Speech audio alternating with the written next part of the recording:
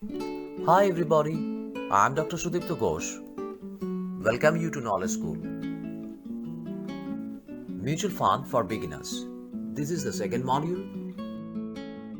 In this module, we will learn about systematic plans, systematic investment plans, SIP benefits on investors, how to start a SIP, rupee cost averaging, how to manage risks in SIPs, net asset value, some risk mitigating measures, entry and exit loads, dormant accounts. I hope you will like this video and subscribe the channel.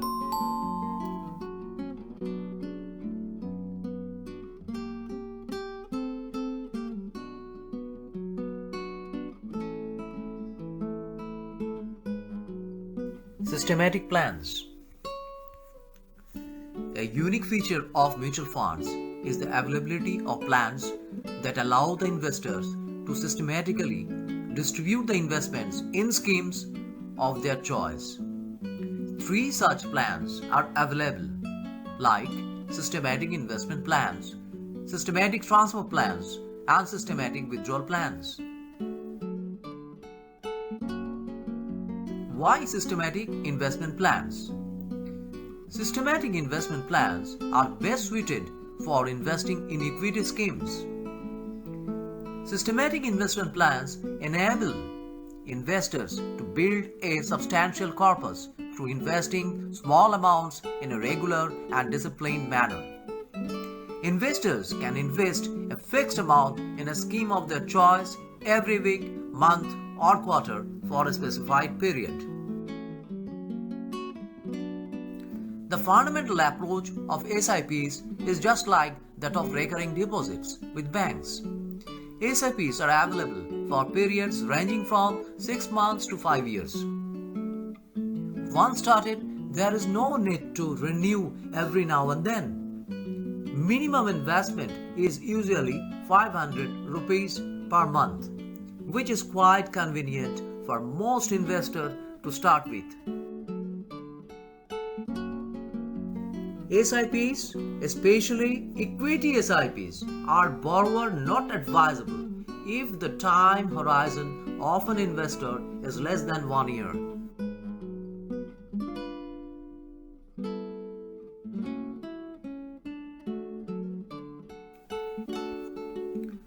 What are the benefits of investing in SIPs? A substantial corpus can be built up by investing small sums at regular intervals. SIPs provide a mechanism for regular, steady, and disciplined investing. A small beginning can be made even without having a big lump sum to invest.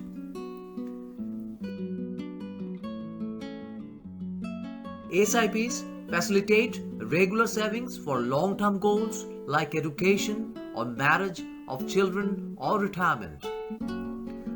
Auto-debit facility through ECS electronic clearing system is available. Investment gets automatically made on certain dates even if you forget about it. Many fund houses offer micro SIPs with a minimum investment of just 100 rupees. Rupee cost averaging is the biggest benefit of SIPs. Now let us know how to start a SIP. First of all, select a good scheme offered by a fund house. If you already have a folio with the fund, SIP can be started by filling up an application, giving the folio number, SIP amount, SIP date, and total period. If you are investing for the first time, KYC will have to be completed as explained above, along with one check enclosed for the first SIP amount. Pre-assigned post-dated checks or ECS mandate for auto-debit of your bank account has to be given to the fund. ECS mandate is a much better option. Now let us understand the rupee cost averaging. This is the biggest advantage of SIPs. As investments are made at different points of time, the number of units allotted differ from month to month. When markets are high, NAV of the units will also be high and lesser number of units will be allotted. When markets are falling, NAV will fall and more units will be allotted. In this way, the rupee cost of units gets averaged over time. SIPs are the best way to invest in volatile markets. Now, how you can manage the risks while investing in SIPs? SIPs are also subject to risks associated with underlying investments, usually equities. In a rising stock market, SIPs may lose money because the average NAV will worsen each month. In a falling market, also SIPs may lose money as the average NAV of the units purchased earlier would be more than the current NAV. SIPs are not an antidote to the risks of stock market price fluctuations. Investing in SIPs, therefore, requires the same due diligence as one would apply when investing a lump sum in a fund.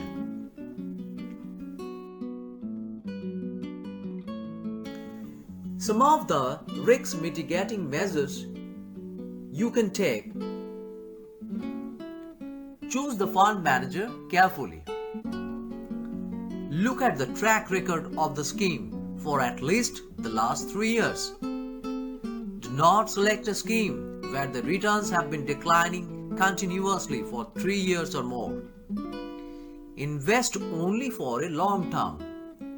3 to 5 years is the ideal term for systematic investment plans. Review performance at least once a year.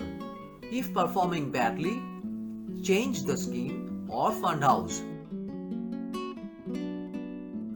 Alternatively, choose 1 to 2 years as SIP term and renew further if performance is satisfactory.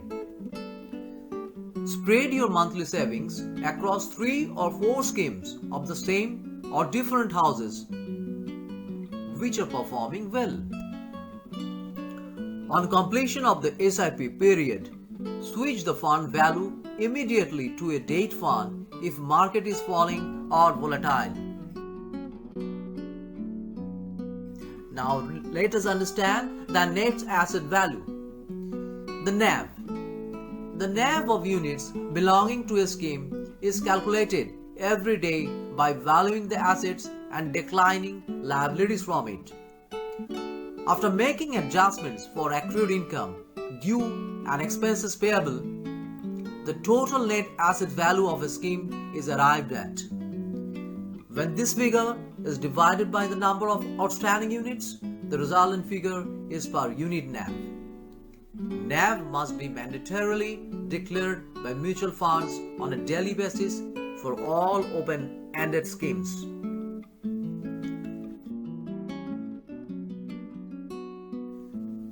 Now let us understand the formula of the NAV.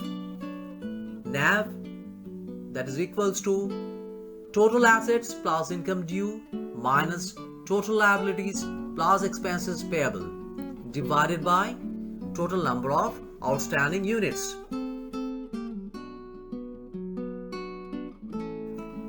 Let us understand the entry and exit loads. These are charges for entry or exit from mutual fund schemes. Mutual funds were permitted to charge entry load of up to 2.25% for equity schemes with effect from 30th June 2009, as SEBI has banned the entry load. The entry load has, however, been reintroduced in another form recently. Now the following charges are payable by investors at entry stage as per SEBI.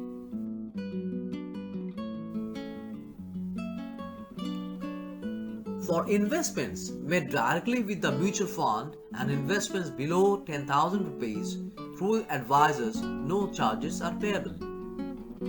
For investments of 10,000 rupees and above, through an advisor, the charges are: for existing investors, 100 rupees per subscription. For new investors, 150 rupees per subscription. For systematic investment plans, charges are payable only if the total commitment under SIP exceeds 10,000 rupees.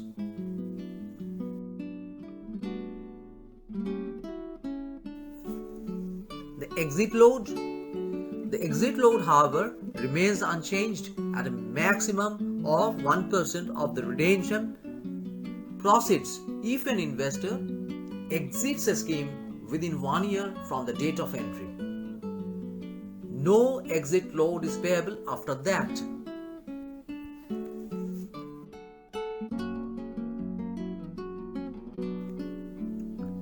Dormant accounts. As per SEBI guidelines, if no transactions are conducted in a mutual fund portfolio for 6 months, the folio is classified as dormant.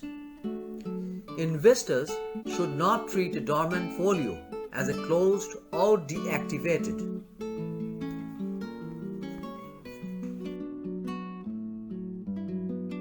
If you are willing to know about the strategies for investing in systematic investment plans, then watch our next video. Thank you.